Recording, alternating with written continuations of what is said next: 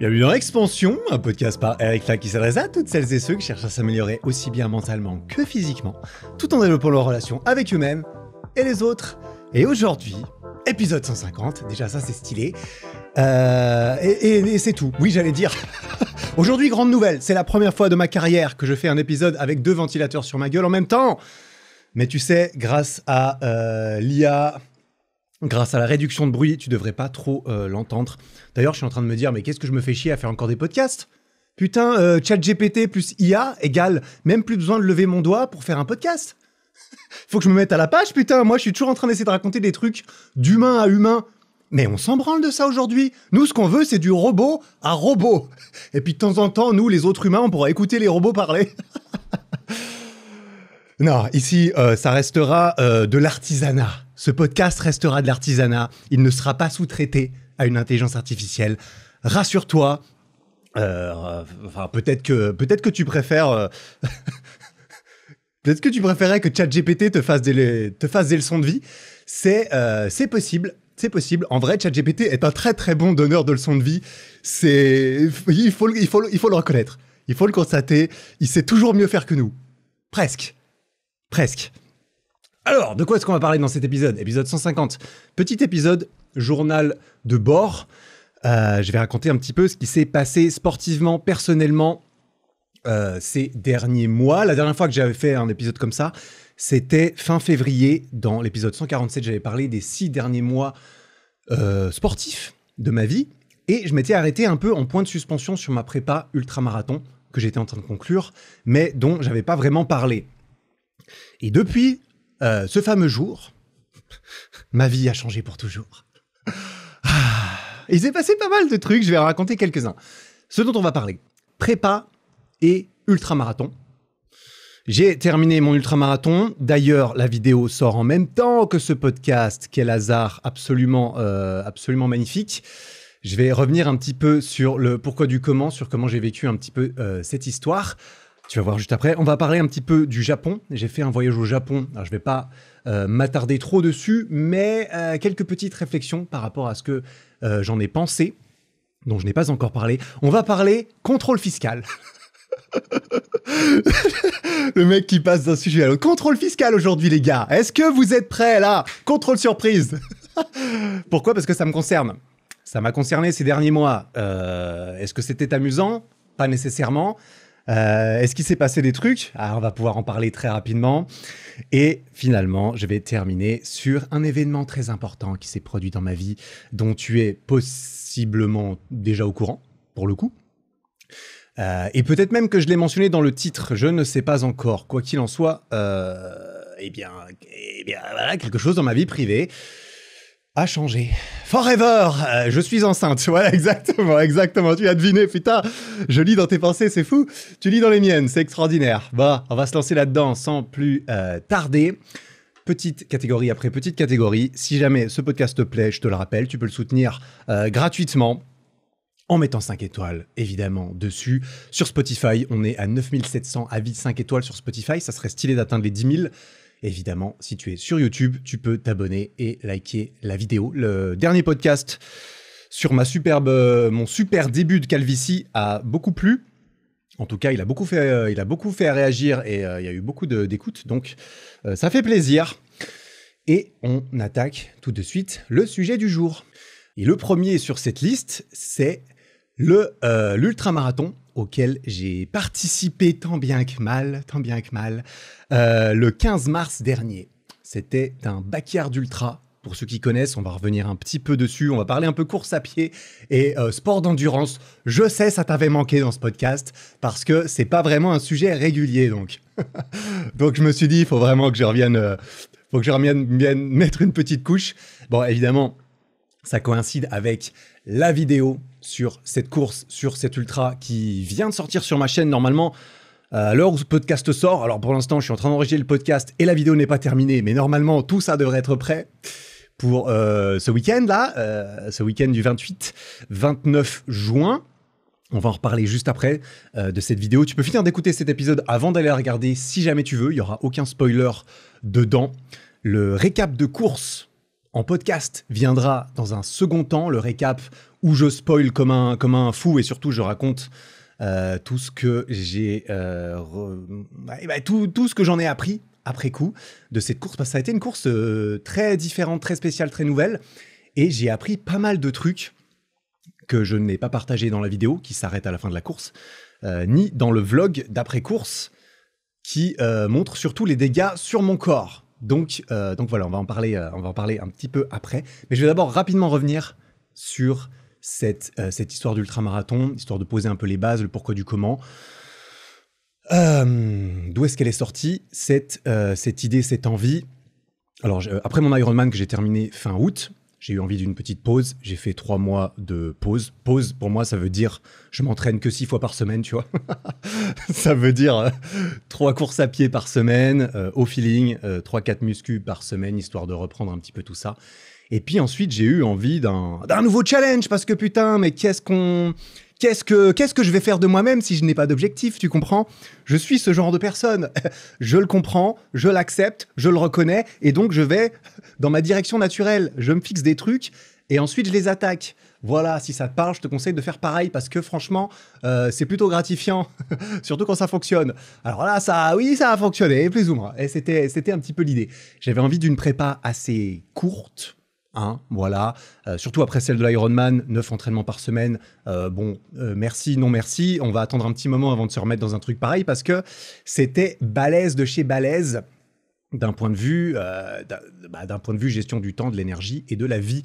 Là, je voulais un petit truc, 3-4 mois. J'avais envie, j'avais envie de tester mes limites, avec juste assez de préparation. J'avais envie d'attaquer un format qui m'avait vraiment pas laissé insensible quand je l'ai découvert, presque 2 ans plus tôt. Et d'ailleurs, le moment où j'ai découvert ce format, il est dans la vidéo qui vient de sortir.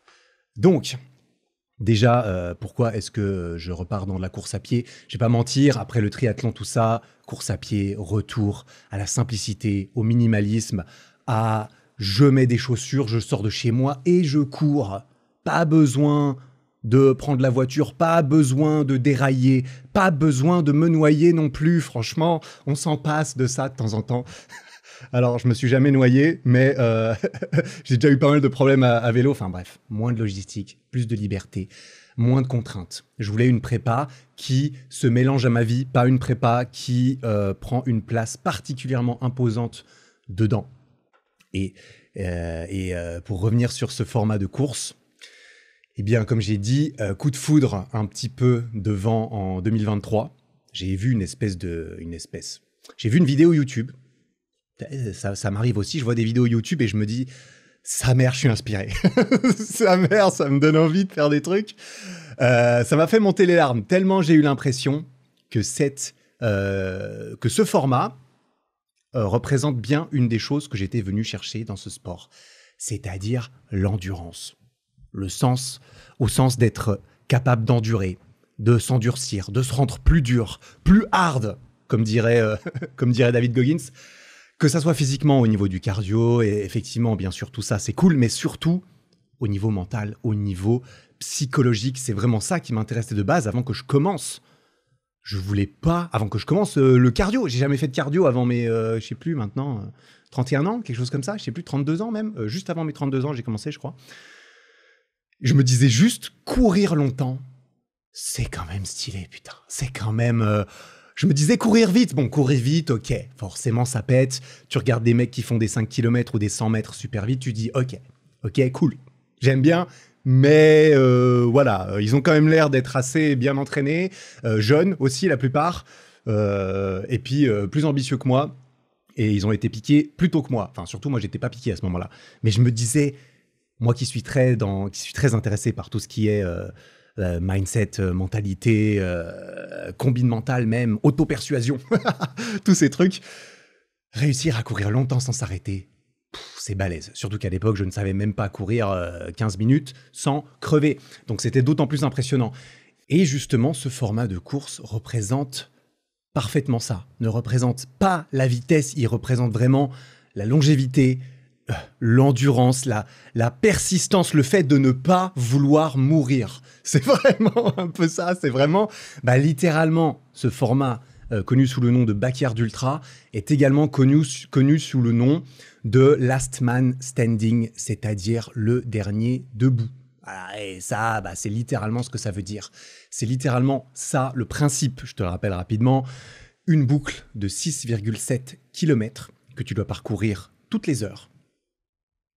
Et c'est tout. Littéralement. Les règles sont extrêmement simples. Ce sont généralement les jeux avec les règles les plus simples qui sont déjà les plus mémorables, mais parfois les plus douloureux, les plus pénibles. Par exemple, je te dis, tiens debout sur un pied le plus longtemps possible. Extrêmement simple. Est-ce que c'est dur ? Je me demande ce que c'est le record du monde. Et c'est quoi le record du monde de tenir debout sur le pied ? Il y a sûrement des mecs qui se sont entraînés à faire ça, dis-toi. Les êtres humains sont capables de se lancer dans des trucs incroyables. Même quand tu vas sur... Bon, après, c'est le cirque, hein, qu'on se le dise. C'est un cirque vivant, cette planète, parfois. Quand tu regardes un peu nos occupations, tu vas voir le truc du Guinness, là. J'étais sur le compte Instagram du... Non, je crois que j'ai été même sur le site internet du Guinness World Record, là, l'autre fois. C'est n'importe quoi. Bon, après... J'ai cru comprendre que leur business model, il était quand même pour quelque chose. Mais il y a vraiment tout et n'importe quoi. C'est-à-dire qu'aujourd'hui, avoir un record du monde, j'ai l'impression que si tu vas vraiment creuser dans un truc ultra sombre, tu peux en avoir un. Par exemple, je sais pas, être capable de jongler avec 5 poulpes tout en chantant la Marseillaise sur un seul pied, le plus longtemps possible. C'est possible qu'aujourd'hui, ce record soit disponible. C'est-à-dire que si tu fais ça, tu vas acheter tes poulpes, tu révises la Marseillaise et tu tiens un peu sur un pied, eh bien, tu seras champion du monde. Champion du monde, non. Tu auras le record du monde.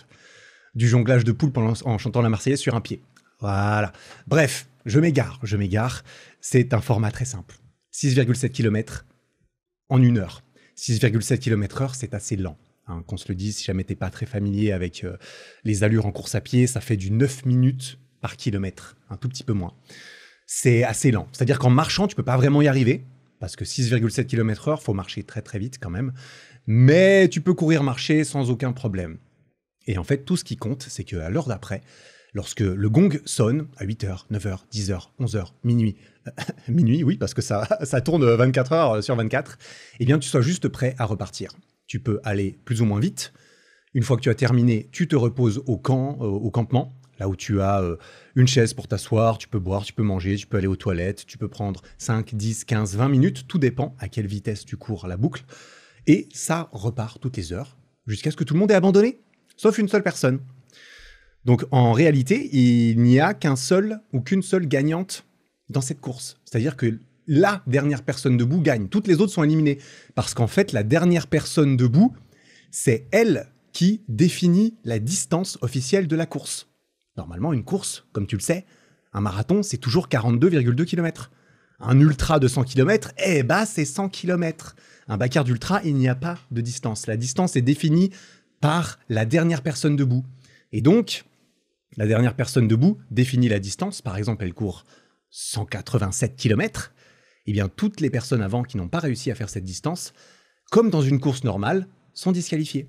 Parce que ça veut dire que tu as abandonné. Et si tu n'as fait que 180 km et que le premier, il a fait 187, désolé, tu n'as pas rejoint la ligne d'arrivée, tu es éliminé. Tu n'es même pas deuxième, tu es éliminé. C'est le principe un peu machiavélique de cette course qui a été inventée par Gary Cantrell, alias Lazarus Lake, un esprit un peu tordu, mais très connu dans le monde de l'ultra-trail, l'ultra-endurance, parce qu'il a inventé pas mal de courses de ce genre un petit peu, qui te pousse à bout. Bref, et donc, on part du principe que la plupart du temps, quand tu fais une course comme ça, tu ne gagnes pas. C'est soit tu gagnes, soit tu abandonnes. Et donc, tu vas trouver tes limites, normalement, tes limites physiques ou tes limites psychologiques. Soit ton corps va te lâcher, ce qui peut arriver, mais la plupart du temps, c'est ton esprit qui te lâche. C'est ton esprit qui te convainc que tu vas, que t'en as marre, en fait, littéralement. Si je puis me permettre, je parle un tout petit peu en connaissance de cause. J'ai pas beaucoup d'expérience, mais j'en ai un petit peu maintenant. Je te pose une question. Est-ce que tu comprends, quand je t'explique ça là, je t'explique le concept, tout ça, est-ce que tu comprends l'attrait pour une course comme celle-ci ? Je me pose la question parce que, alors je commence à comprendre que moi je suis pas intéressé en moyenne par des choses qui sont surtout intéressantes en moyenne chez les gens. Je suis dans les extrêmes, dans beaucoup de choses de ma vie et même de ma mentalité, de ma façon de faire les choses. Extrémisme que je cultive. Ça ne veut pas dire que je suis extrême dans tout ce que je fais. Ça veut dire que, généralement, quand tu prends la moyenne de X ou Y activité, eh ben moi, je suis plutôt vers l'extérieur. C'est-à-dire que j'en fais plus, j'en fais moins. Mais voilà, pour pas mal de choses. Et en fait, là où je veux en venir, c'est que moi, ce concept, j'ai trouvé ça extraordinaire.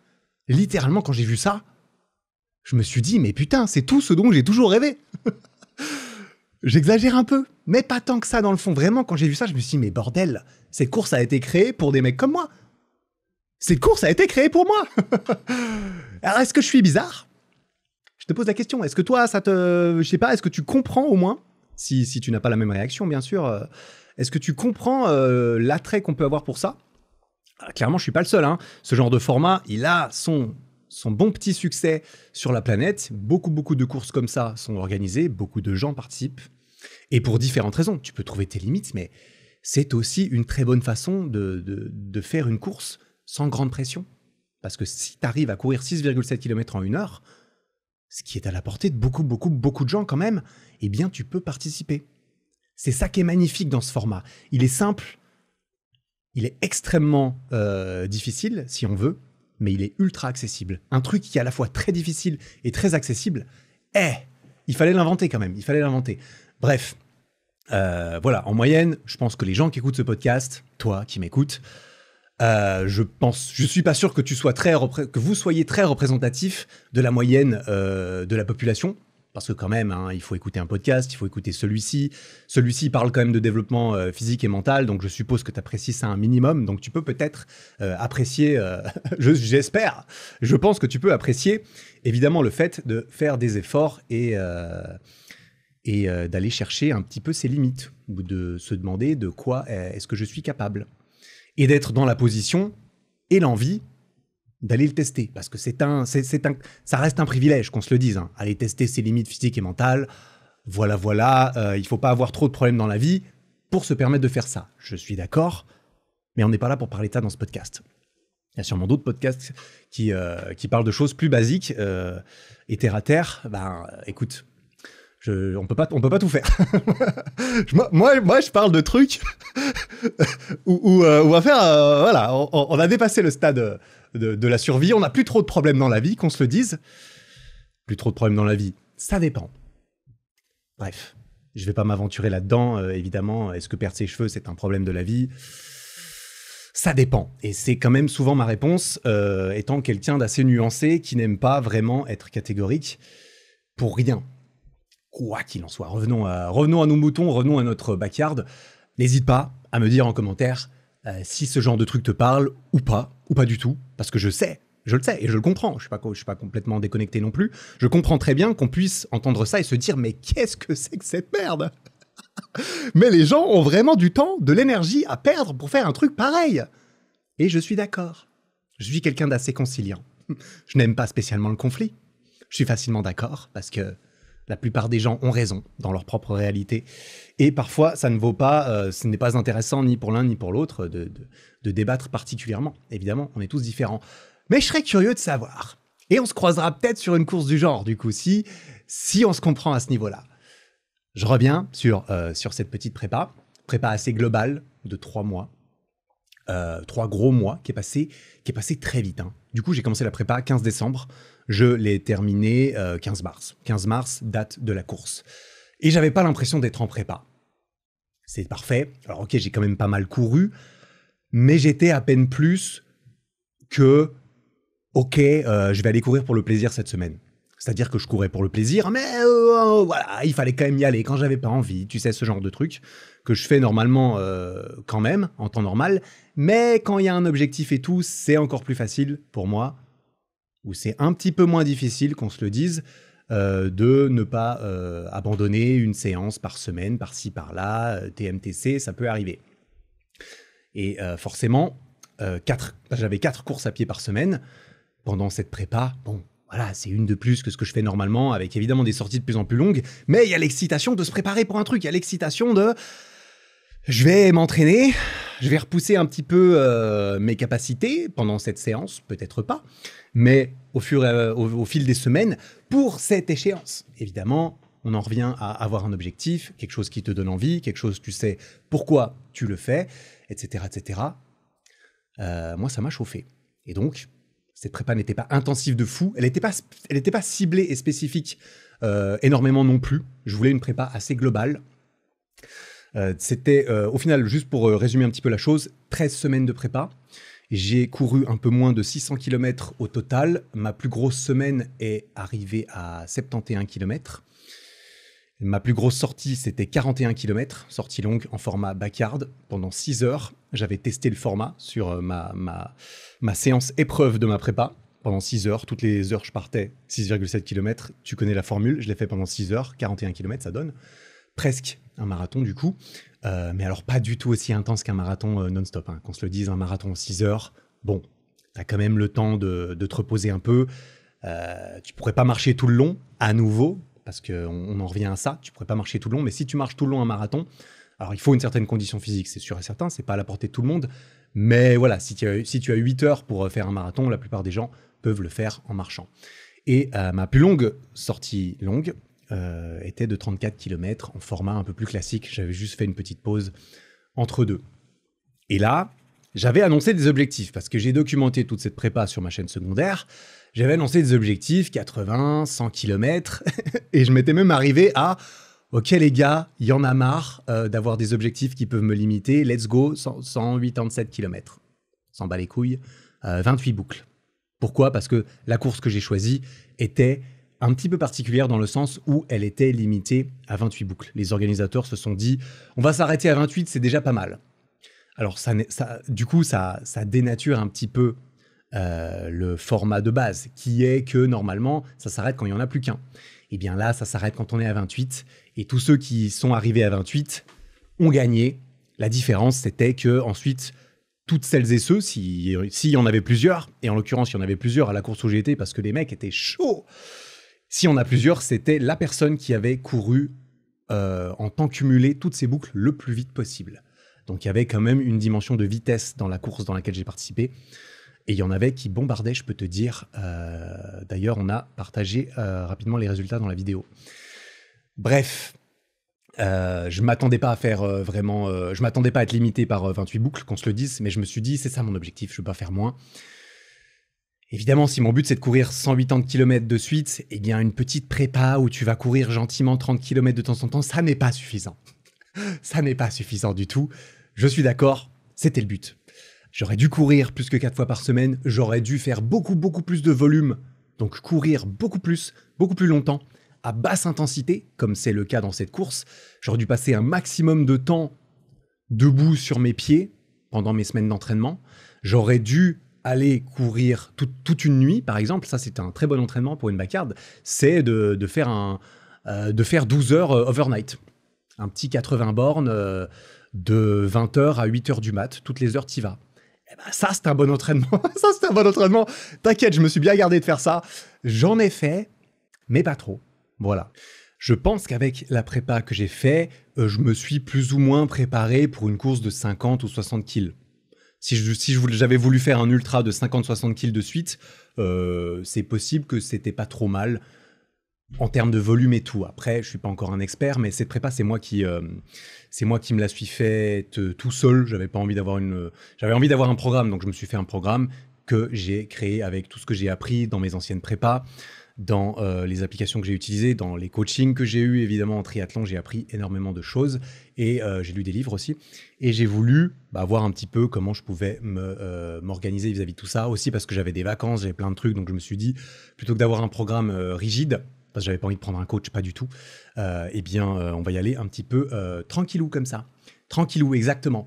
Et voilà, comme j'ai dit, la prépa était assez globale. En fait, je voulais poser des bonnes fondations pour 2025, pour la suite, pour m'ouvrir encore plus de possibilités ensuite sur l'année, pour que j'ai quelques bases pour pouvoir aller faire un 10 km ensuite, ou un semi-marathon efficacement, ou encore de me relancer dans une prépa ultra de 6 mois si j'en avais envie, tu vois.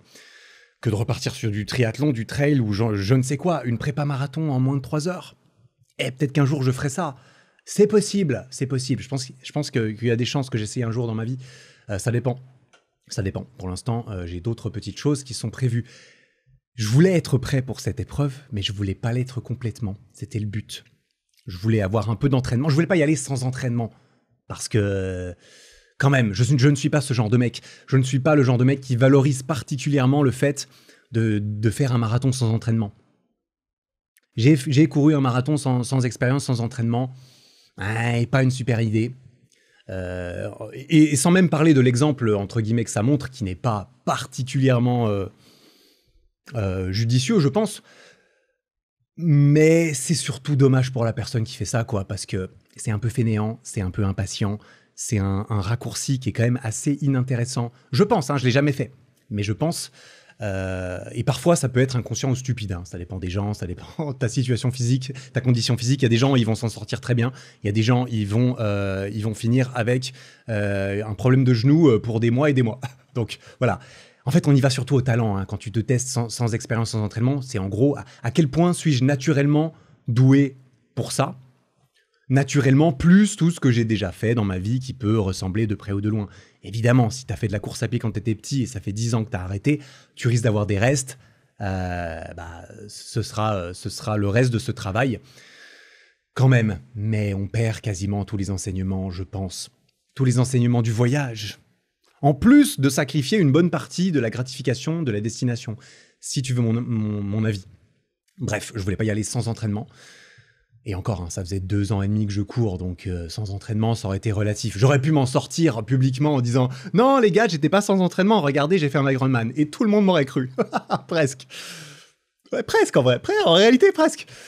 J'ai pas voulu faire ça, en tout cas, ce qui est sûr. Après, faire un backyard ultra sans entraînement, c'est compliqué, c'est compliqué. J'allais dire, c'est moins pire que de faire un marathon. Parce que tu peux t'arrêter, évidemment, plus facilement. Le marathon, il a une distance fixe, donc tu n'as pas envie de t'arrêter avant. Donc tu peux te faire mal pour l'atteindre, clairement. Le backyard, tu peux plus facilement trouver des excuses tout à fait normales et correctes. Et encore, quand je dis excuses, voilà, chacun définit ça comme il veut. Pour t'arrêter n'importe quand, à chaque boucle, au milieu d'une boucle. C'est pas grave, tu n'as pas réussi à rejoindre la boucle. Eh bien, tout a été validé jusque-là. Tu sais que tu as couru 10, 20, 30 km, 32, 33, 157... Il n'y a pas de distance fixe, normalement, comme je l'ai dit. Donc peut-être. Je ne recommande pas de faire ça sans entraînement, on est d'accord, tu ne vas pas profiter. D'autant plus que si tu as un mental, et une capacité de résistance à la douleur naturellement très élevée, comme c'est le cas de certaines personnes, j'ai cru comprendre qu'il y avait une dimension génétique à la résistance à la douleur, ou à quel point est-ce que tu ressens même la douleur physiquement.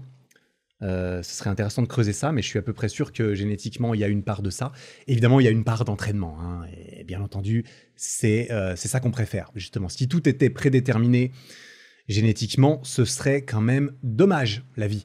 Je trouve, par rapport aux quelques possibilités de contrôle qu'on peut avoir l'impression d'avoir dans la simulation actuelle.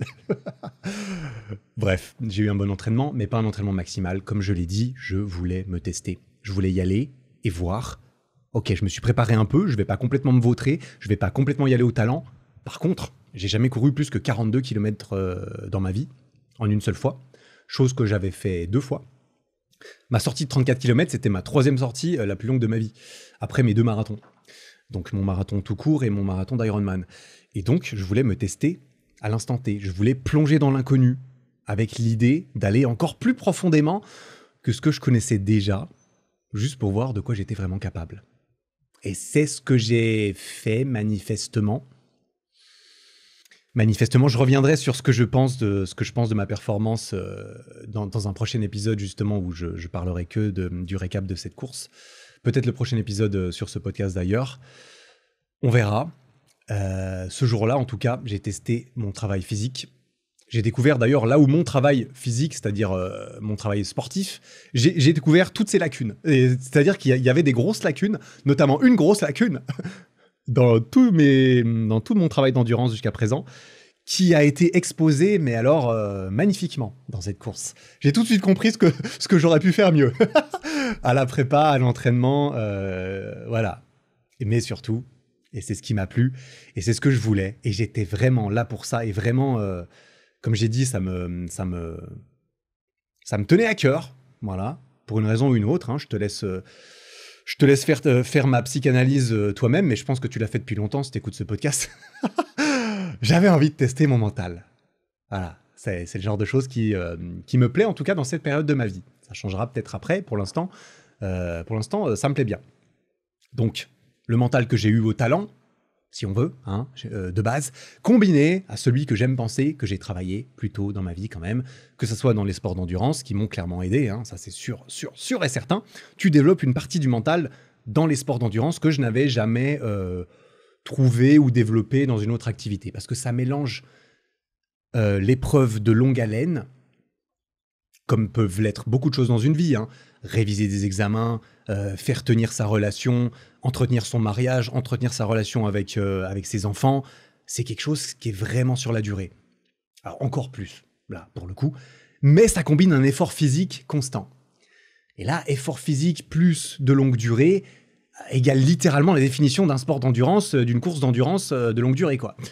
Donc j'avais trouvé ça nulle part ailleurs, et ça je l'avais entraîné là-dedans, mais peut-être que je l'avais aussi entraîné dans d'autres trucs, quand j'ai fait mes études, quand j'ai fait d'autres choses. Eh bien, je voulais me tester et j'y suis arrivé. Voilà, j'ai couru, j'ai appris, j'ai vécu en parallèle de cette prépa, donc c'est bien, elle n'a pas remplacé ma vie. J'ai kiffé cette petite prépa. Et voilà, par rapport à la course, j'ai en effet pu tester mes limites. Crois-moi, j'ai trouvé quelques réponses ce jour-là. J'ai trouvé quelques réponses cette nuit-là aussi. Peut-être même un peu plus pendant la nuit. C'est pas pour dire. Et ouais, donc j'ai participé à cette course, la Full Moon Infinity, qui tenait sa 2e édition le 15 mars 2025 à Marseille. Une course sur bitume, donc plutôt, plutôt difficile pour les articulations et les muscles quand même de courir des dizaines et dizaines de kilomètres à la suite sur du goudron tout le long, avec un peu de dénivelé sur le papier. Spoiler, il y en avait un peu plus que sur le papier. On s'arrêtait toutes les heures dans une salle qui était couverte, donc on était à l'abri des intempéries, parce que parfois certains backyards, ça se passe dehors et c'est chacun se démerde, chacun ramène sa tente, etc. Peut-être que si j'en refais un une fois, on en choisira un en pleine nature qui n'a pas de limite définitive. Et voilà, moi je me disais que c'était bien pour mon profil de coureur actuel qui était, ok, bah j'ai jamais fait de trail, je n'ai jamais couru ailleurs que sur du bitume, j'ai toujours préparé des courses plates, et donc je me suis dit, bon bah cette course a l'air assez plate, c'est que du goudron, et en plus elle tombait au bon moment, c'est-à-dire ouais une petite course, petite échéance pour me tester au début de l'année, et pour moi début de l'année c'était premier trimestre, et donc là le 15 mars c'était parfait. Et c'est pour ça que quand je cherchais une course, eh bien j'ai regardé un peu, ok, les backyards ultra, il y en a un, mais ça court pas les rues autant que des marathons, autant que des semi-marathons, encore moins. C'est pas chaque village qui organise son petit backyard ultra, tu vois. Mais il y en a, il faut chercher, il faut trouver, il faut taper les mots-clés sur Google, voilà, c'est pas très compliqué. Je voulais pas prendre l'avion, je voulais pas aller loin. Je voulais que ça soit en France, en Suisse, à distance raisonnable. Et bien, cette course est tombée plus ou moins parfaitement. Et c'était un plaisir d'y participer. La course était très sympa. Dans le sud, la météo était bonne. Sincèrement, la météo était parfaite le jour même s'il a bien plu les jours d'avant. Les gens, très gentils. Les gens de la course, très gentils. Les organisateurs, très gentils. Ils m'ont laissé filmer. Parce que j'ai choisi une course, et ensuite j'ai envoyé un email à l'organisateur juste pour leur demander « Bonjour, j'aimerais faire une vidéo, est-ce que c'est possible d'avoir juste 2 personnes qui me filment ?» Et c'est tout, hein, j'ai vraiment rien demandé de plus. J'ai expliqué évidemment, hein, regardez, je fais des vidéos, normalement les gens les aiment bien, donc peut-être que les gens découvriront votre course comme ça, etc. Mais voilà, j'ai payé mon dossard, j'ai tout eu comme tout le monde, à la différence près que j'ai eu le droit d'avoir 2 personnes qui me filmaient. Et puis on m'a aussi donné quelques rushs officiels de la course, parce qu'il y avait aussi évidemment un vidéaste pour la course officielle, un photographe pour la course. Et le vidéaste m'a gentiment passé quelques rushs de drones, notamment, parce qu'il faut une autorisation pour faire voler des drones en ville, etc., etc. Voilà. comment ça s'est passé. Et d'ailleurs, autre chose que j'ai remarqué, on arrive gentiment sur la fin de cette explication, mais autre chose que j'ai remarqué pendant cette prépa, c'est que du coup, à l'occasion de cette prépa, j'ai créé ma chaîne secondaire et j'ai commencé à faire des petits vlogs rapidement pour parler de ma prépa. J'avais pas envie de mettre ça sur ma chaîne principale pour différentes raisons. J'avais aussi envie de me libérer un tout petit peu du format très produit que j'ai plus ou moins habitué les gens à retrouver sur ma chaîne principale. Je voulais une nouvelle façon de créer. Et je suis très content de m'être lancé là-dedans parce que j'étais pas sûr que ni ça allait vraiment me plaire, ni vraiment quelqu'un allait en avoir quelque chose à carrer, tu vois ce que je veux dire? Parce que, bon, j'aurais pu me douter que ça intéresserait quelques personnes, et évidemment, sinon je me serais peut-être pas fait chier à faire du montage, etc. pour montrer tout ça. Mais je suis très content des résultats que ça a eu, apparemment. Bon, après, j'aurais pu m'en douter. Moi, j'aime bien ce genre de contenu. Des gens qui font des vlogs de prépa d'endurance. Ça intéresse surtout les gens qui aiment les courses d'endurance, les sports d'endurance. La course à pied est un sport très populaire sur cette planète. Donc voilà. Mais je me suis surpris à beaucoup aimer faire ça. Parce que ça ne ressemble pas du tout à ce que je fais dans le podcast, où je parle sans images, sans trop se faire chier, sans trop me censurer. Et la chaîne principale, où là, il y a entre guillemets plus de censure. Censure dans le sens où c'est très formaté quand même parce que, entre guillemets, il faut que ça marche, mine de rien. Il faut quand même garder l'attention des gens. Il y a une certaine promesse dans le titre et la miniature si on veut que la vidéo fonctionne. Et il y a une grosse production car je suis perfectionniste, car j'ai envie de créer des trucs plus ou moins poussés parfois. Parce que ça me fait plaisir, mais parfois j'ai envie de me lâcher, de dire n'importe quoi et de juste sortir mon téléphone, de filmer quand je cours, de raconter ma prépa et de pas me faire chier à post-produire de fou des vidéos. Et du coup, c'est ce qui s'est passé sur cette chaîne secondaire. J'en suis content, ça va continuer. Cette année, il va y avoir encore beaucoup de vidéos dessus. Et malheureusement, je suis désolé, mais c'est aussi un peu la cause, comme je l'avais dit, pour laquelle il y a eu moins de podcasts. Depuis le début de l'année, depuis que j'ai commencé cette chaîne. Voilà, je peux pas être partout, mais je suis quelque part normalement. Et donc, comme je l'ai dit, cette vidéo est disponible sur ma chaîne. C'est une longue vidéo, c'est un format long. Je ne pensais pas nécessairement qu'il serait aussi long, mais on a décidé de partir sur ce format-là, qui est un mélange, sans prétention hein, toujours, un mélange entre une vidéo YouTube et un petit format documentaire quand même. Sans être à fond dans le documentaire, clairement. Peut-être que je garderai ça pour de futures créations, parce que, clairement, j'aime beaucoup créer des putains de vidéos, franchement. Est-ce que ça te surprend? Ça fait 7 ans et demi que je fais ça, et j'aime de plus en plus, aussi parce que c'est vraiment un art, c'est vraiment le côté artistique là-dedans qui me plaît beaucoup. Ça me plaît beaucoup de faire des vidéos, des belles vidéos. J'ai déjà dit, la beauté, c'est quelque chose qui me parle, chacun sa définition de la beauté, etc., etc. Mais j'ai envie de me rapprocher de la beauté, et c'est ce que j'essaie de faire subjectivement dans ce genre de vidéo, quelque part. Parce que, évidemment, le soin du détail est là, le souci de la narration est là. On a travaillé des heures et des heures dessus. On avait ce jour-là pour la course, je sais pas, 7 ou 8 heures de vidéo, je crois, quelque chose comme ça. Il a fallu tout prendre, tout ratiboiser. Évidemment, il y a plein de choses qui ne se passent pas sur le terrain, qui se passent que dans ma tête. Je vais pas sortir une caméra à chaque fois que j'ai un truc, que je ressens un truc, évidemment. Donc, il y a beaucoup de trous de narration à combler. Il y a évidemment une histoire intéressante à faire ressortir de la meilleure façon possible. Il y a du travail de voix off. J'essaye de faire des voix off qui vont bien, etc. Travail d'écriture et travail de montage astronomique. Et ça, je ne le fais pas tout seul, loin de là. C'est grâce à mon fidèle acolyte, Jack, monteur pour ma chaîne principale et secondaire d'ailleurs, depuis 3-4 ans maintenant. Donc voilà, c'est une grosse vidéo, on a beaucoup travaillé dessus. J'y ai posé un bon billet aussi. Je pense que la vidéo là, on est au-dessus des 10 000 balles. Mais quel plaisir de pouvoir mettre ça dans des belles vidéos. Franchement, quel plaisir, quel luxe, quel privilège. Je suis tellement reconnaissant. Je t'ai dit avant, une course d'endurance comme ça, mais c'est tout ce dont j'ai toujours rêvé. Et bah, pouvoir faire des vidéos dans lesquelles je mets beaucoup d'argent et ça fonctionne économiquement, et bah, j'en ai toujours rêvé également. C'est un truc de fou. C'est le rêve de tout artiste, si je puis me permettre. je me qualifierais pas d'artiste, mais de créateur. Je suis un créateur de contenu, voilà. Un créateur, en tout cas. C'est le rêve quand même de toute fibre artistique de pouvoir créer sans trop de pression économique. C'est incroyable. Donc voilà, je suis très, très, très, très reconnaissant. Merci beaucoup à toi, évidemment, qui a ton rôle là-dedans, bien entendu. Alors j'imagine que tu regardes pas ça pour me faire plaisir, mais je suis content que ça te fasse plaisir quand même à toi un petit peu, parce que c'est grâce à ça que je peux continuer. Donc voilà, la vidéo n'est pas terminée, hein, voilà, à l'heure où je te parle, mais on va tâcher de sortir une belle expérience. Si tu l'as déjà vue, j'espère qu'elle t'a plu. Voilà. N'hésite pas à me faire un petit commentaire sous la vidéo pour me dire ce que tu en as pensé.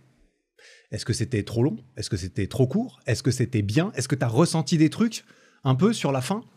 Voilà, je suis curieux. J'espère que tu as ressenti 2-3 trucs. C'était quand même un peu le but. Donc voilà.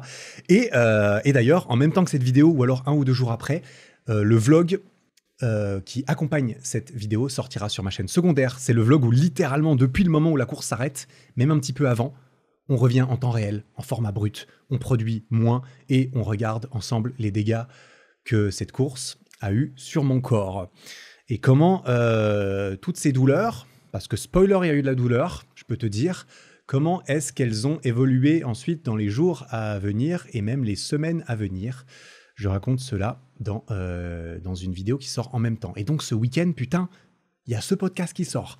Il y a la vidéo backyard, il y a un putain de vlog, il y a 3 vidéos qui sortent et ça s'arrête même pas là. Parce que ce samedi 28 juin, c'est la sortie des nouvelles Parallèles en bois, d'ailleurs je les ai là, des nouvelles Parallèles en bois sur la boutique Eric Flag.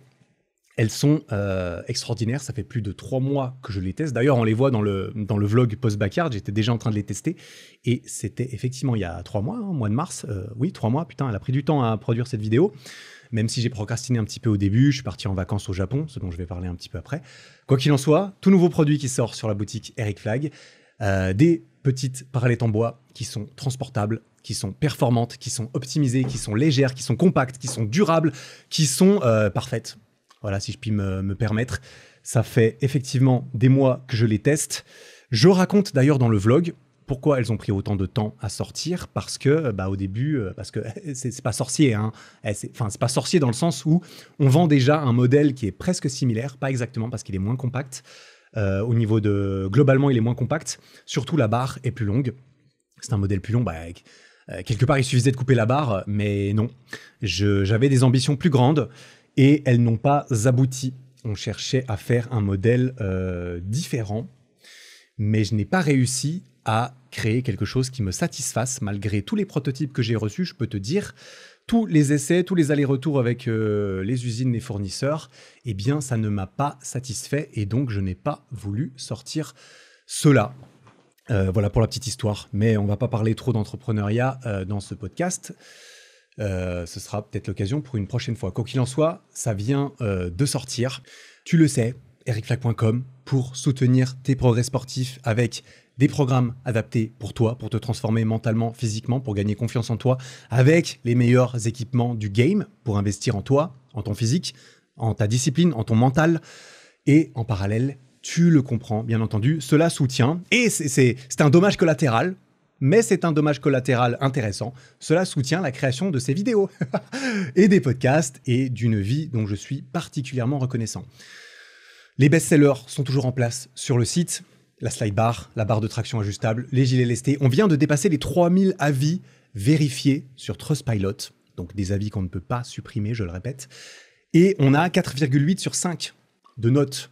C'est magnifique, merci beaucoup. Évidemment, ça aide encore à valider notre crédibilité. Notre street cred augmente quand même un petit peu, s'il le fallait encore, parce que j'ai l'impression qu'on a quand même gentiment fait nos preuves. On a gentiment fait nos preuves ces 5 dernières années. D'ailleurs, même l'administration fiscale a voulu déterminer si on avait fait nos preuves. Mais ça, on va en reparler juste après. Petit commentaire que je vois là sur la page de Jean-Baptiste Corona. Commentaire du 19 juin 2025. Le rapport qualité-prix est imbattable. On sent l'amour porté dans les produits. Je possède uniquement les anneaux, la barre de traction et la ceinture, mais je pense que ça suffit comme échantillon pour assumer que c'est le cas pour tout le reste de la gamme. Allez-y les yeux fermés, c'est de l'excellent matériel. Jean-Baptiste, merci beaucoup pour ton commentaire. Merci pour tes 5 étoiles, ça fait très plaisir. Merci pour ta satisfaction. C'est très très cool. Et bah, d'après ce que j'ai lu, le reste de la gamme, il suit quand même un petit peu les standards de qualité des 3 ou 4 produits que Jean-Baptiste a achetés. Voilà. Merci en tout cas pour votre soutien, c'est extraordinaire. Et donc c'est tout pour ce petit récap ultramarathon que je voulais faire avant un épisode qui reviendra sur tout ce que j'ai appris de cette course et sur tout ce sur quoi j'ai pu refléter après coup, parce qu'il y a vraiment des choses. Littéralement, je suis rentré de cette course quand elle s'est terminée. Voilà, spoiler, je ne sais pas quand elle s'est terminée, mais il a fallu qu'elle s'arrête à un moment donné. À 28 boucles, elle s'est arrêtée la course. Je suis rentré et pendant le voyage de retour, j'avais tellement de trucs qui me tournaient dans la tête et tout par rapport à ça. Je suis rentré, j'ai directement écrit 4 pages de réflexion et tout. Et ceci, je les partagerai dans un prochain épisode. En attendant, passons au chapitre suivant de celui-ci. Je voulais revenir rapidement sur mon voyage au Japon. Alors, j'ai fait 2 semaines au Japon. C'était justement 5 jours après la course. 5 jours après la course, on est parti au Japon. Juste le temps de récupérer un petit peu. Et j'en ai fait une vidéo sur ma chaîne secondaire. Voilà, une vidéo assez longue de 50 minutes. Je vais pas du tout revenir sur tout ce qui a été mentionné dans cette vidéo. Tu peux aller la voir si ça t'intéresse. Je vais juste partager un petit peu mon ressenti sur certaines choses en plus que je n'ai pas du tout abordé dans la vidéo, parce que la vidéo, elle était plutôt à caractère visuel, à caractère divertissement. Évidemment, il n'y avait vraiment pas beaucoup plus d'intérêt en tout cas là-dedans. D'autant plus que le voyage était quand même particulier dans le sens où, de base, j'avais pas prévu d'aller au Japon, là, cette année, à ce moment-là, mais la famille de ma chérie organisait un voyage de famille pour y aller, auquel j'ai été invité. Et donc, c'était clairement l'occasion de dire oui, de venir découvrir, sans avoir à organiser du tout le voyage d'ailleurs. Ce qui a ses avantages et ses inconvénients. Alors je sais qu'il y a beaucoup de gens qui prennent du plaisir à organiser les vacances, à minutieusement se réjouir, tout choisir, passer des jours et des jours à organiser. C'est pas quelque chose qui me plaît particulièrement, j'avoue. J'aime bien organiser un petit peu, j'aime bien avoir mon mot à dire dans ce qu'on va faire et où, mais moi je préfère être dans l'action, dans l'action, dans le moment présent, et j'en profiterai quand on y sera. En attendant, j'ai d'autres trucs à faire. J'ai plein de trucs à faire tout le temps. Bref, j'y profiterai quand on y sera. Et les désavantages, par contre, évidemment, c'est que, par définition, si tu n'organises pas, eh bien, tu n'as pas ton mot à dire sur qu'est-ce qu'on fait, et tu vas pas te plaindre derrière de X ou Y. Certainement pas. Et donc, l'itinéraire et tout avait été choisi. On a surtout fait des grandes villes. On a fait Tokyo, Kyoto, Osaka, et on a fait quelques petites excursions d'une nuit à l'extérieur des villes, dans la nature, dans les montagnes. C'était très très cool. J'ai beaucoup apprécié, vraiment ce voyage était très sympa, malgré le fait que j'ai été malade comme un ouf pendant 2 jours d'intoxication alimentaire. Là, c'était vraiment pas drôle. D'ailleurs, on voit ça un petit peu dans le vlog. Et voilà, pour résumer cette expérience et la vidéo, génial, très reconnaissant d'avoir pu faire ça. Peut-être que j'y retournerai un jour, peut-être qu'on y retournera un jour, et dans ce cas-là, on évitera les grandes villes. Si je devais le refaire, effectivement, eh bien, je n'irais pas dans les grandes villes, pas aussi longtemps en tout cas. J'irais plutôt profiter de la nature, profiter de ce qu'on doit trouver en dehors des villes, c'est-à-dire, et on en a eu un aperçu clairement, plus de simplicité, plus d'authenticité, une culture un peu plus traditionnelle, entre guillemets.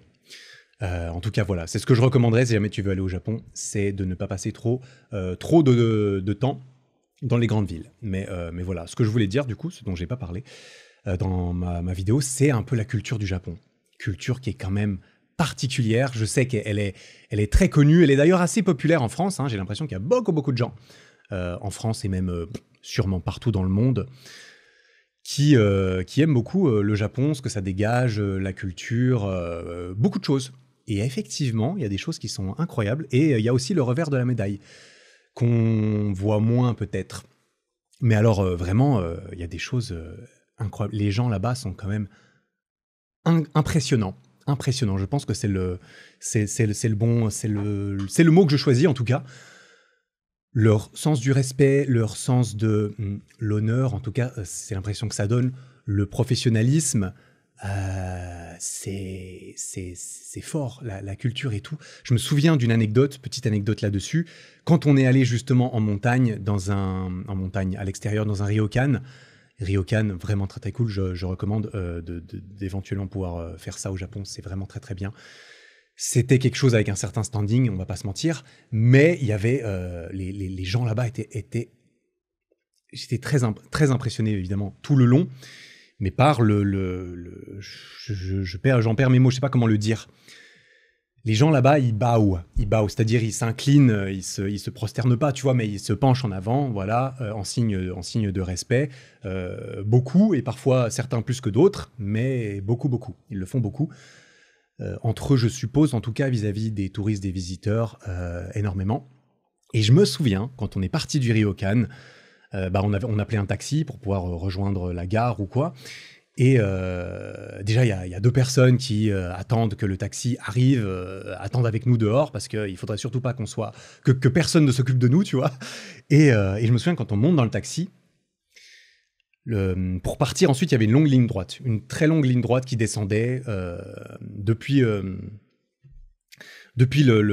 Ryokan. Et la dame, elle nous accompagne jusqu'à la porte. Voilà, elle bow, elle s'incline devant nous quand on part.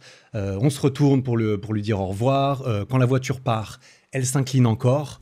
Et là, la voiture part, mais peut-être pendant 1 minute, hein, tu vois. On part 1 minute et on continue de regarder la dame. La dame était toujours là, tout au bout de l'allée, tout le long. Et juste avant que la voiture ne tourne, alors que déjà, elle était plus vraiment à visibilité. Enfin, vraiment, elle pouvait nous voir de loin et nous, on pouvait la voir de loin. Juste avant qu'on tourne, elle s'incline encore, au loin. J'ai envie de dire, voilà. Par elle-même, j'ai envie de dire, c'est même pas en mode elle s'attend à ce qu'on va le voir. C'est impressionnant voilà, le code de conduite. Je ne sais pas vraiment comment définir ça autrement. Le code de conduite personnel, professionnel qu'ont les Japonais, c'est impressionnant. Voilà, impressionnant, admirable, magnifique. Mais j'avoue que la contrepartie peut être un petit peu effrayante quelque part. La contrepartie qu'on peut peut-être deviner un peu, mais qu'on ne peut pas vraiment voir, c'est qu'ils sont tellement carrés, ils sont tellement dans la collectivité, ils sont tellement dans le fait de ne surtout pas dépasser de la masse, de ne surtout pas s'élever soi-même un petit peu au-dessus de tout le monde quelque part, parce que j'ai l'impression que c'est quand même assez ancré dans leur culture. Il y a un tel sens de l'honneur aussi. Parfois, on se demande un petit peu où est leur part d'individualité, et j'espère qu'ils arrivent quand même à la cultiver à mesure que ça pourrait les épanouir. Je ne dis pas que tout le monde devrait cultiver son individualité, mais quand même, ils ont l'air tellement conformes quand même dans leur code de conduite que on peut voir en tant que visiteur, en tout cas. Parce que moi, je n'ai côtoyé les Japonais que dans leur contexte professionnel, hein, évidemment. J'ai pas été chez un Japonais, etc. D'ailleurs, je crois que mon père a un ami là-bas. Peut-être que si on y retourne, on ira voir son ami.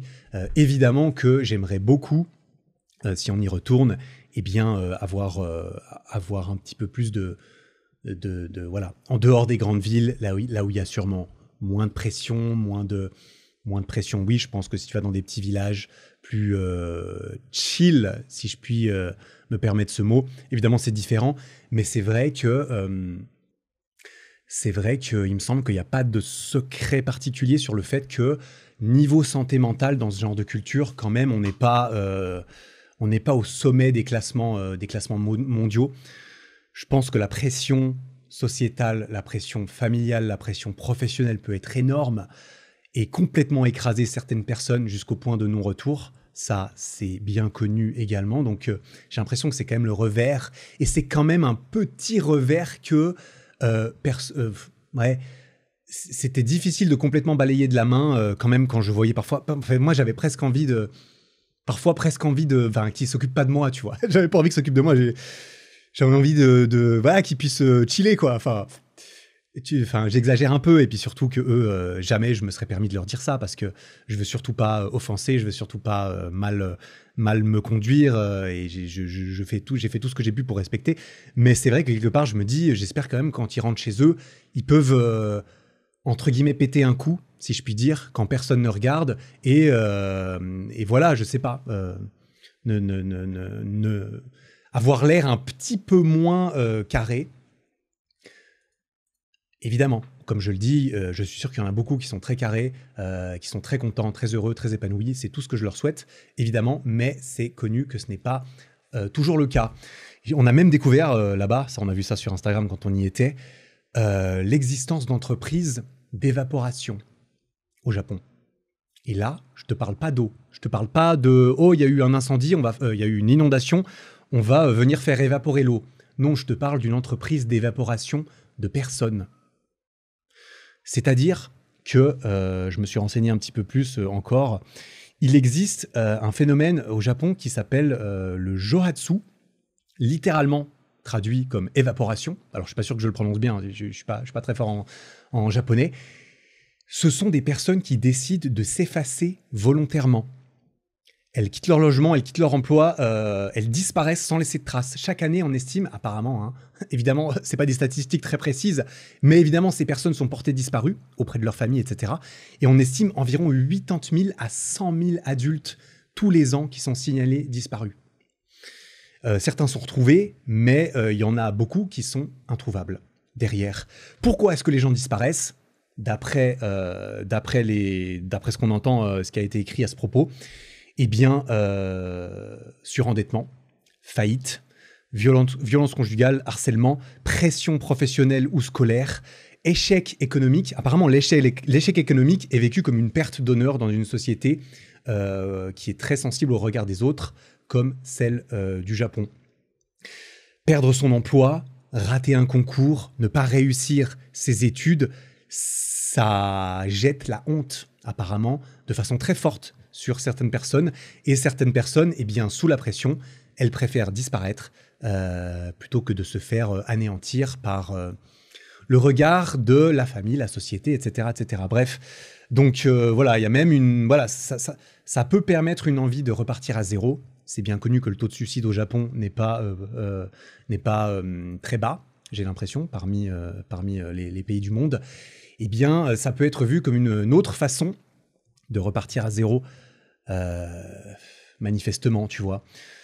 Et il y a des entreprises, du coup, que tu payes cher et qui vont venir te faire disparaître, changer ton identité, te réinjecter dans la société, mais sans plus rien. Tu ne deviens plus personne, tu n'as plus de papier, tu peux travailler au noir, tu peux t'en sortir comme tu veux. Parfois, évidemment, il y a aussi tout un marché de l'exploitation de ces personnes derrière, parce qu'évidemment, des gens qui n'ont plus de papier, qui sont entre guillemets un peu hors la loi, pour des entreprises peu scrupuleuses, ça devient plus ou moins de l'esclavagisme relativement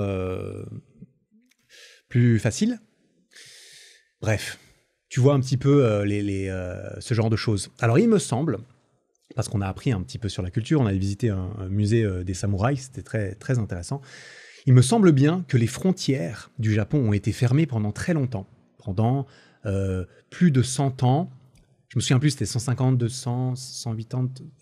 Un des empereurs, je ne sais plus si c'est le bon mot, mais un des empereurs du Japon avait fermé les frontières, c'est-à-dire que personne n'entre, personne ne sort. Alors ça peut avoir des gros avantages. Culture très forte, tradition très unique, spécialité culinaire reconnue dans le monde entier, société très efficace. C'est sûrement en partie grâce à ce genre de choses que le Japon se différencie autant d'autres pays asiatiques qui sont pas très loin. Peut-être, je suis vraiment nul en histoire, je suis un très mauvais politicien. Je suis pas très fort je sais même pas si c'est le bon mot, en géopolitique et en histoire, etc.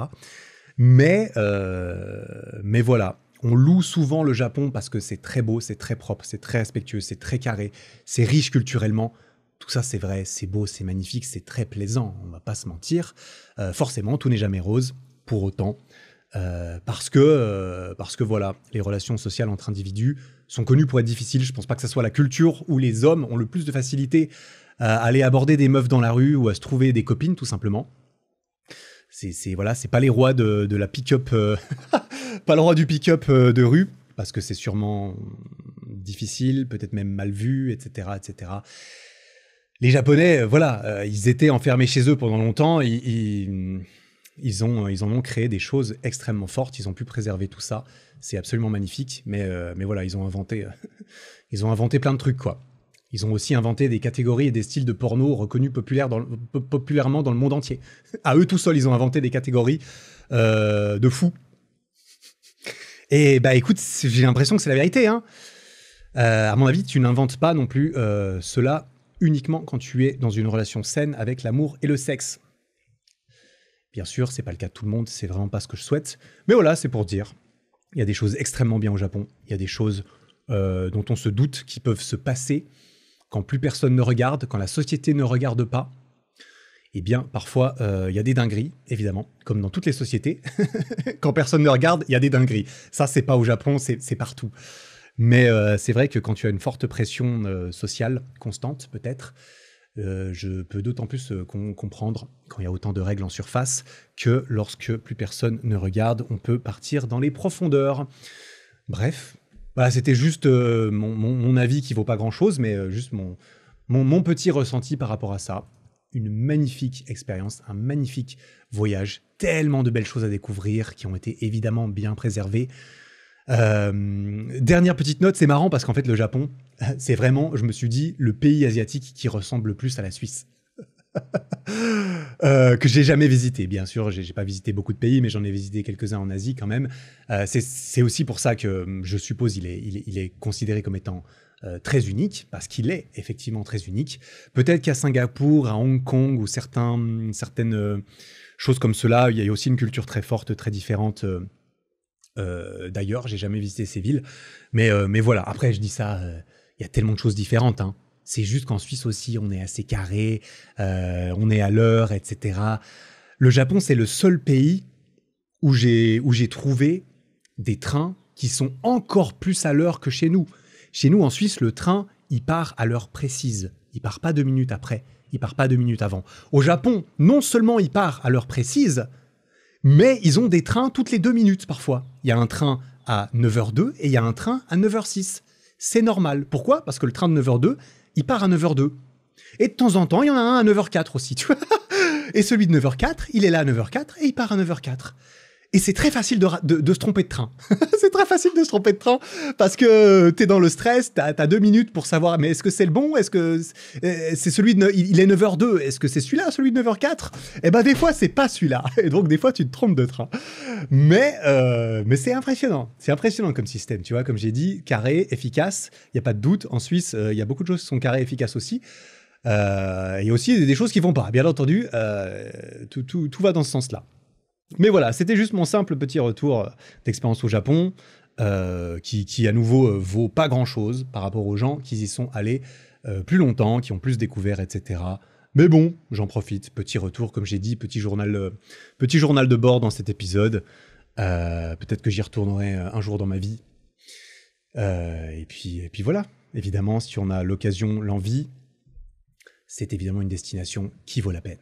Et d'ailleurs, pour la petite note, pendant que j'y suis, hein, parce que c'est un peu le thème de rattraper un peu les derniers mois, quand je suis rentré du Japon, eh bien, j'ai commencé une petite prépa 10 km, voilà, parce que j'avais prévu de faire les 10 km de Genève qui se sont tenus le 10 mai dernier, et cela aussi a été documenté sur ma chaîne secondaire. Il y a eu 4 vidéos, je crois. La vidéo de la course est déjà sortie également, donc toute la petite prépa est là. Elle est sortie dans l'intervalle de la vidéo Backyard qui devait se faire produire derrière.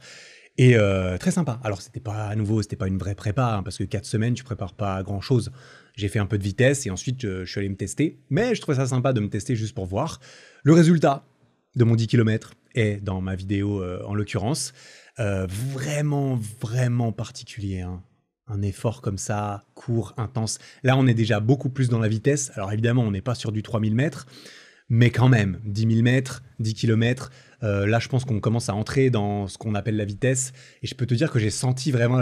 tu sens vraiment la différence avec un marathon, avec un Ironman, même avec un semi-marathon, même si j'ai beaucoup moins d'expérience sur le semi. C'est pas plus facile, c'est pas plus difficile, c'est vraiment différent. On pourrait dire que c'est plus facile. On aurait tendance à se dire que c'est plus facile parce que c'est moins long. Personnellement, Tu me dis, après ça dépend des gens, des préférences, de l'entraînement, mais là tu me dis, dans 2 semaines, tu dois aller faire un 10 km max, ou bien un marathon en alternant marche et course chill, je vais te dire, putain, je préférerais presque faire le marathon.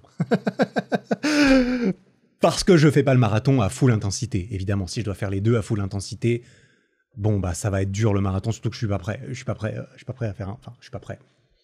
Bah, t'es toujours prêt à faire un effort full intensité, quelque part. C'est juste que ton intensité sera moins élevée si tu n'es pas prêt, normalement, hein, si tu sais te jauger un peu.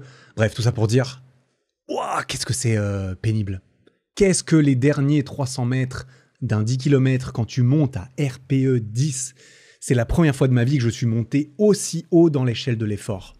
Vraiment, jamais j'étais allé aussi haut. Là, je suis vraiment à la fin de la course pour différentes raisons que je partage dans la vidéo de la course. Je suis presque sorti de mon corps en mode plus rien n'existe. Tout ce qui existe, c'est la douleur, j'ai envie que ça s'arrête et il faut que je sprinte. C'est vraiment les 3 dernières choses qui restaient de moi, c'est sprinter, souffrir. Dans l'espoir que ça s'arrête, en sachant que ça s'arrête. Et évidemment parce qu'il y a une ligne d'arrivée, qu'il y a toutes ces conditions qui sont réunies. La course, là il y avait aussi une autre condition que je raconte dans un autre paramètre que je raconte dans la vidéo qui explique que j'avais vraiment envie de carburer, de gratter 10 secondes à la fin de plus. Wow, j'avais jamais ressenti ça et vraiment ça m'a pris un peu de temps derrière, ça m'a pris plusieurs minutes de m'en remettre parce que qu'est-ce que j'étais dans le dur. C'est la première fois, comme j'explique dans la vidéo, c'est la première fois de ma vie que je me pousse tellement dans l'effort que je peux pas m'empêcher de crier. C'est dire, je n'ai pas pu m'empêcher de lâcher un cri aigu à l'arrivée tellement je me contrôlais plus. Et pourtant, je peux te dire, tout est filmé, etc. Enfin voilà, si j'ai pas besoin de crier, normalement, je crie pas. Pas besoin de faire des cris aigus normalement, si c'est pas, si c'est pas écrit dans le script, moi je ne le fais pas, tu vois. Évidemment, tout ça n'est pas scripté, mais ouais, c'était quelque chose, hein. Belle expérience, mais ô combien désagréable pendant ces longues minutes, parce que ça devient désagréable. Moi, c'était désagréable après. Comme je l'ai dit, après 1 km sur 10, c'était désagréable. Et ensuite, ça devient de plus en plus désagréable jusqu'au paroxysme de la désagréabilité. Voilà, c'est tout. C'est tout. C'est sur ma chaîne secondaire. La vidéo de la course a beaucoup plu d'ailleurs également. Très content de voir que ces vidéos plaisent parce que c'est mon cas, ça me plaît et donc je vais continuer encore un peu cette année. Il y a d'autres aventures, là, je vais m'arrêter ensuite là-dessus pour le sport dans ce podcast. D'autres aventures sont en cours d'un point de vue sportif. Tu as peut-être vu du triathlon dans mes stories ces derniers temps. Tu as peut-être vu de la course en montagne. Je ne confirme et n'infirme rien pour l'instant, mais ça va arriver rapidement sur la chaîne secondaire car j'attendais que cette vidéo backyard sorte pour pouvoir continuer des vlogs. Il y en a qui sont déjà prêts, plus ou moins, et ça va arriver, je pense, plus ou moins toutes les semaines. On va essayer de sortir une vidéo, en tout cas jusqu'à ce que j'ai rattrapé les vidéos d'avance que nous avons. Voilà. On passe au sujet suivant, un sujet croustillant. Bah, c'est les 2 derniers sujets, ça va être assez rapide. Je ne vais pas trop m'étaler. C'était pour parler de 2 petites choses en plus dans cet épisode sans qu'il devienne trop long. On va parler contrôle fiscal. Car il s'avère qu'au début de cette année 2025, nous avons reçu une jolie lettre qui nous informait que nous allions nous faire contrôler fiscalement. Et donc, je précise, c'est la boutique Harryflag. Nous nous sommes fait contrôler fiscalement. C'est une entreprise basée en France depuis le début. Nous avons lancé l'entreprise en 2019. C'est ça, 2019. Nous avons vendu les premiers équipements août 2019. Août-septembre 2019, les premiers équipements sont sortis. C'était la naissance de la boutique Harryflag qui ensuite a eu clairement un certain succès, un succès manifeste. Après, tout dépend de ton référentiel, comme d'habitude. Mais un succès évident, manifeste, qui n'a fait ensuite qu'augmenter pour notre plus grand plaisir, pour notre plus grand travail, pendant les années qui suivent. Et dans cette lettre, c'était écrit, à juste titre, hein, d'ailleurs, bien sûr, le contrôle fiscal est une étape normal dans la vie d'une entreprise. Tu sais, il te rassure, on te rassure tout de suite dans la lettre pour te dire, voilà, vous inquiétez pas, tout le monde finit par être contrôlé, c'est normal, enfin tout le monde normalement, voilà, on s'entend, finit par être contrôlé à partir du moment où évidemment tu viens de lancer ton truc. Si tu fais 500 € de chiffre d'affaires annuel, tu vas pas être contrôlé tout de suite. Crois-moi, bien sûr, c'est quand même un petit peu à la tête du client, de l'entreprise, des chiffres et de ce que ça peut renvoyer peut-être. Je ne travaille pas à l'administration fiscale. Il faudrait qu'un contrôleur fiscal nous éclaire en commentaire. Voilà. Peut-être que quelqu'un s'y connaît dans cette audience et saurait nous éclairer. Je ne suis pas sûr qu'il ait le droit de le faire. Quoi qu'il en soit, eh bien, il faut s'y attendre. Voilà, un contrôle fiscal, c'est quand même assez effrayant. Quand tu reçois la lettre, tu te dis « Ouh là là, on va venir normal, hein, voilà, à nouveau, hein, je suis pas... c'est normal, hein, mais c'était la première fois. Et en tout cas, la première fois, c'est effrayant, il n'y a pas de doute. On va vérifier, on va regarder en profondeur, je suppose, parce que ce n'est pas moi qui ai fait le travail, bien sûr, c'est eux, mais je suppose qu'on va éplucher un petit peu tout ce qui s'est passé ces dernières années, car le contrôle s'est effectué depuis le début, ou alors les 4 dernières années, quelque chose comme ça, mais virtuellement, c'est le début de l'entreprise, parce que c'est vraiment évidemment ces dernières années que ça a aussi d'autant plus grandi. Et voilà. En plus, je ne sais pas à quel point ça a joué, mais c'est vrai que entreprise d'influenceurs, bon, on pourrait se dire, peut-être qu'une entreprise d'influenceurs, il y a plus de chances qu'on aille trouver des petites erreurs, des petits oublis. Peut-être que l'influenceur, car c'est un influenceur, et que nous savons très bien que les influenceurs, c'est des arnaqueurs, voilà. Évidemment, je ne le crois pas, mais c'est la réputation que le mot influenceur a tendance à traîner derrière lui, et pas pour rien, et certainement pas pour rien, on est d'accord.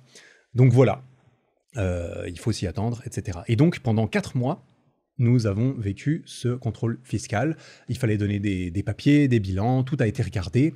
Je précise, hein, j'en ai déjà parlé et c'est pas vraiment un secret, mais avec la boutique Eric Flag, c'est des millions de chiffres d'affaires toutes ces dernières années. Donc des millions, oui, 10 millions, non, peut-être pas encore. C'est c'est quand même beaucoup. Et donc, il y a quand même beaucoup de transactions, il y a beaucoup de factures, il y a beaucoup de pièces comptables qui sont à remettre, parce qu'à chaque fois qu'on vend quelque chose, eh bien, il faut garder le reçu, il faut pouvoir le fournir, la facture, les machins, tous les transferts. Si tu te transfères de l'argent à toi-même, eh bien, il faut le rembourser à l'entreprise, etc., etc. Les notes de frais, toi-même, tu sais, eh bien, on peut en abuser. Bien sûr, il y a plein de choses. C'est compliqué, hein. Évidemment, là, les entrepreneurs ou les indépendants un peu qui m'écoutent le sauront. La comptabilité, la fiscalité, c'est quelque chose. Toi-même, en tant qu'individu, si tu n'es pas confronté à la fiscalité, encore, c'est que vraiment, tu as 15 ans. Parce que, crois-moi, vers 18 ans, tu vas devoir comprendre ce que c'est que la fiscalité. Même si tu n'as pas d'entreprise, tu vas devoir déclarer tes impôts. Et c'est une des certitudes de la vie. Il y a une phrase assez drôle. J'ai toujours trouvé ça très drôle. Que j'ai déjà entendu, qui dit que les 2 seules certitudes dans la vie, c'est les impôts et la mort. Et ceci est vrai depuis, en tout cas, des centaines d'années, voire des milliers d'années. Je ne suis pas un historien hors pair, mais ça fait très longtemps qu'une institution gouvernementale, quelque forme qu'elle soit, ça peut être un roi aussi, et bien, demandait des impôts à sa population pour différentes raisons. Je ne vais pas revenir ni argumenter particulièrement de tout cela. Bien entendu, je ne vais pas entrer beaucoup plus dans les détails de tout ce qui s'est passé ces derniers mois. Ce n'est pas très intéressant. Tu vas vite comprendre pourquoi je te parle de ça. Tu vas très vite comprendre pourquoi je te parle de ça. Et moi, j'ai pas de... Enfin, voilà. Je pense être quand même relativement transparent dans ce que je dis. Il y a évidemment des choses que je décide de ne pas raconter, comme absolument tous les êtres humains sensés, et encore plus tous les créateurs de contenu sensés. Mais bon, il s'avère que on avait mis des provisions, on avait créé des provisions assez grandes parce que, qu'on se le dise, quand tu te fais contrôler fiscalement, il y a des gens qui travaillent sur ton dossier pendant des mois, etc., etc. C'est une grosse entreprise. Enfin, grosse, c'est une entreprise moyenne. On n'est certainement pas une grosse entreprise, ça dépend de ton référentiel, comme d'hab. Il y a des entreprises qui pèsent des dizaines de milliers de fois plus que nous, bien entendu. Mais quand même. Et voilà, ces gens ne travaillent pas gratuitement, ils ne travaillent pas gratuitement sur ton cas. Normalement, je pourrais même demander à ChatGPT, normalement, il y a quand même quelque chose à payer. Il y a toujours une erreur, tu as toujours laissé gratter, tu as toujours laissé passer un truc. Eh bien, évidemment, si je t'en parle, combien est-ce que tu crois qu'on a payé ? Nous avons eu un redressement total à la suite de ce contrôle qui s'est terminé il y a peu de 0 €. Et oui, évidemment, tu l'as compris, c'est un petit flex, parce que peut-être que j'en parlerais pas si on était du genre, parce qu'évidemment, si on était du genre à faire des grosses dingueries, j'en parlerai pas et je serais peut-être même pas en train de faire ce que je suis en train de faire. Parce que si j'étais du genre à faire des grosses dingueries, crois-moi que je me ferais pas chier à créer des jolis trucs. J'irais juste faire des dingueries pour devenir riche, entre guillemets, très rapidement, sans effort et sans morale. On est si carré, si réglo, qu'il n'y avait apparemment rien à redire qui vale plus que ça depuis toutes ces dernières années. On paye nos impôts. Et oui, ça peut sembler extraordinaire. Nous autres, entreprises d'influenceurs, on paye tous nos impôts et on fait très attention à pouvoir le faire. Jusqu'au bout. Je crois que ça le prouve plutôt bien. Voilà. Donc, le feedback qu'on reçoit montre que les clients sont contents, l'administration fiscale a l'air contente, l'équipe est contente, et Nico et moi-même, qui sommes à la tête de la boîte, on est contents et on est fiers de comment est-ce qu'on a procédé depuis le début, c'est-à-dire, en tout cas fiscalement, manifestement, dans les règles de l'art. En tout cas, c'est pas faute d'avoir essayé. Voilà, ça surprendra personne de dire qu'on paye quand même pas mal d'impôts en France. Comme j'ai dit, cette société est en France. Nous sommes imposés en France. C'est là que nous avons nos intérêts économiques. C'est logique, c'est normal. Voilà, beaucoup de gens se plaignent du nombre d'impôts qu'on paye en France. Je ne vais pas entrer dans le débat. C'est vraiment pas le sujet de cet épisode. Mais ça fait quand même plaisir quand tu fais tout ce que tu peux pour être réglo et que c'est reconnu. C'est quand même agréable d'avoir un feedback positif en mode tu te casses le cul. Et ça paye quand même un peu. Donc voilà, merci pour ton soutien. Sache qu'à chaque achat sur ericflag.com, une bonne partie est reversée à l'État français en bonne et due forme. Alors je te laisse décider si tu penses que c'est ce que tu penses de cela. Ce qui est sûr, c'est que c'est le cas. Et que ce qui reste ensuite, ça nous revient pour faire vivre quand même notre petite équipe comme il faut, pas de doute. C'est vraiment génial, on est très reconnaissants. Ça nous permet aussi de réinvestir dans des produits. Donc, apparemment, ça fonctionne un peu. Ça fonctionne un peu et nous sommes très contents. Voilà.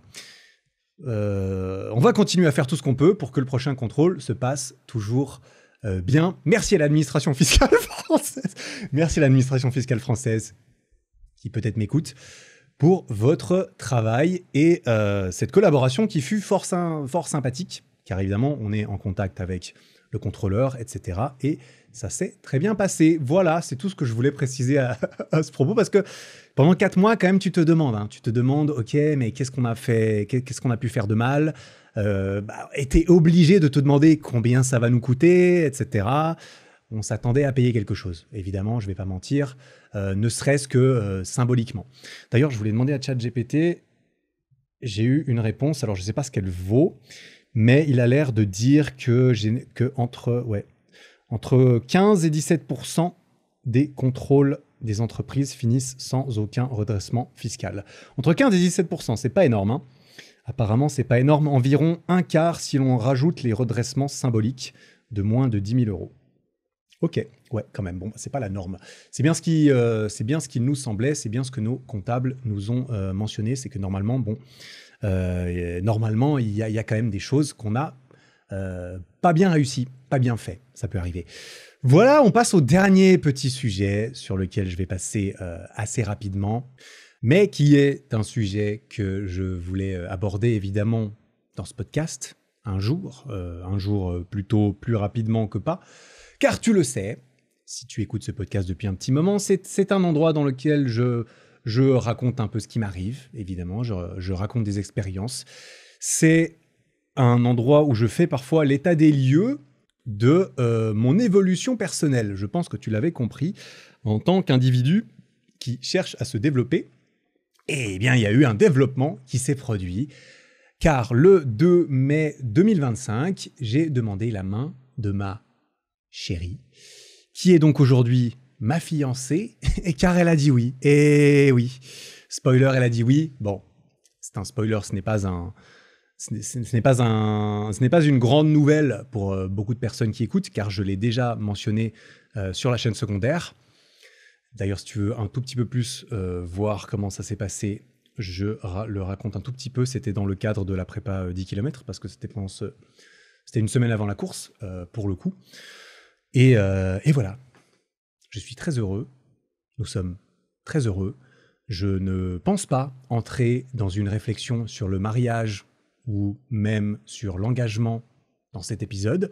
Je ferai plutôt ça dans un épisode dédié quand j'en aurai envie, j'imagine, parce que c'est pas une discussion qui est inintéressante, c'est une discussion qui est presque inévitable, une réflexion qui est presque inévitable, qui peut sembler presque inévitable, plutôt, dans la société actuelle, qui ne l'est pas toujours, évidemment, mais à un moment donné, généralement, on se pose la question de oui ou non, ça m'intéresse, oui ou non, j'y crois, j'ai envie, je me projette, etc., etc. C'est une décision très personnelle de la faire et qui n'implique pas que toi non plus.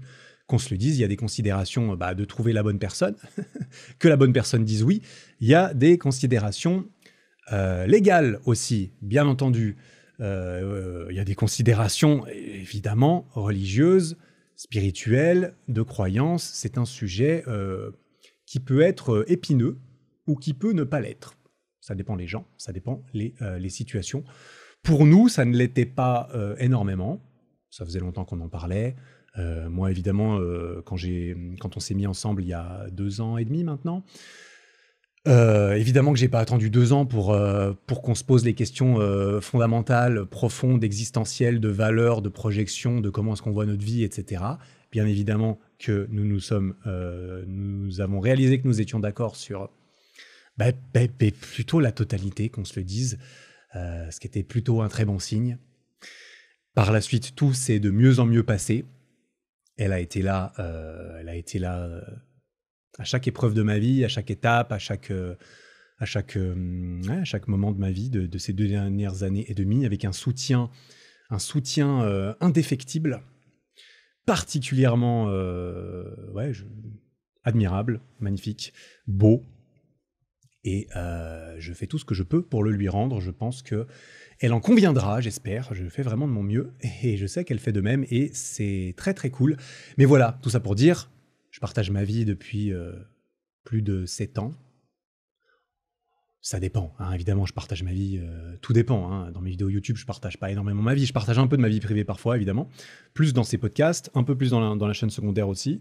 Mais donc, c'est quelque chose d'assez logique à partager d'une façon ou d'une autre. D'autant plus que, voilà, si tu as écouté ce podcast ces dernières années, eh bien, tu as pu entendre des épisodes, parfois, sur mes déboires sentimentaux, sur ma vision de la relation, sur le fait que je suis seul et j'en souffre. Ça m'est arrivé, ça m'est évidemment arrivé.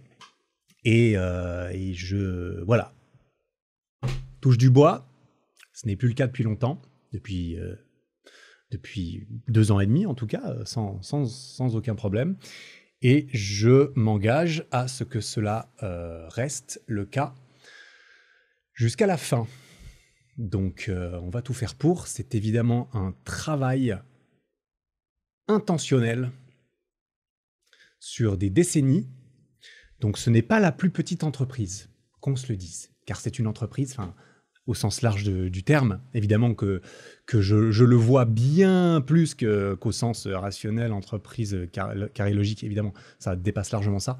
Mais il n'empêche que c'est quelque chose qui doit s'entretenir et qui ne s'entretient pas par hasard, qui ne s'entretient pas sans rien faire. Ça, je m'en suis bien rendu compte dans d'autres relations à moi. Et bien entendu, je plonge dans l'inconnu également par rapport à cela.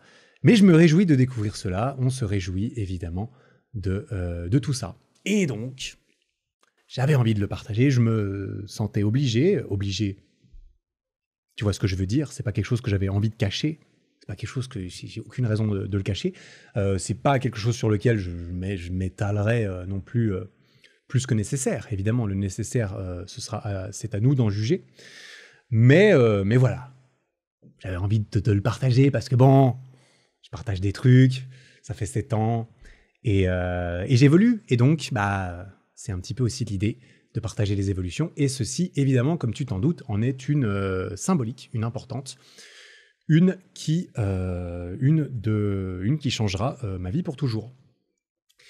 De la plus belle des manières, c'est bien ce que je compte, même si, bien entendu, ça ne sera pas toujours beau, ça ne sera pas toujours facile. C'est un peu la vie, hein, j'ai l'impression. Je crois qu'on en a déjà parlé dans ce podcast.